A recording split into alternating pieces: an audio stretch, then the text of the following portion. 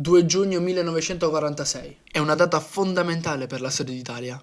Per la prima volta gli italiani furono chiamati a votare attraverso un referendum istituzionale per decidere il futuro del paese, scegliendo tra monarchia e repubblica e i membri dell'Assemblea Costituente per scrivere la nuova Costituzione.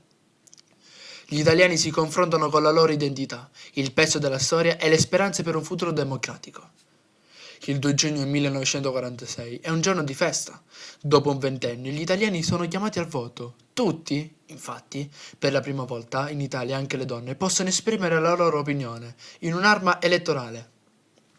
Nonostante i quasi 100 anni di monarchia a Savoia, il voto del referendum non è per nulla scontato. Il 9 maggio 1946 il re Vittorio Emanuele III, per sollevare le sorti della monarchia, abdica a favore del figlio Umberto II. Forse un re meno connesso al fascismo avrebbe permesso alla monarchia di sopravvivere. Fra il 2 e il 3 giugno 1946 la partecipazione è massiccia. Il 90% degli aventi di diritto al voto si reca alle urne. Lo sfoglio procede lentamente, ma il 10 giugno la Repubblica vince con un margine di 2 milioni di voti sulla monarchia. Il 13 giugno 1946 Umberto II va in esilio, lascia l'Italia e si rifugia in Portogallo. Al suo posto l'Assemblea Costituente a fine giugno elegge come capo provvisorio dello Stato Enrico Di Nicola.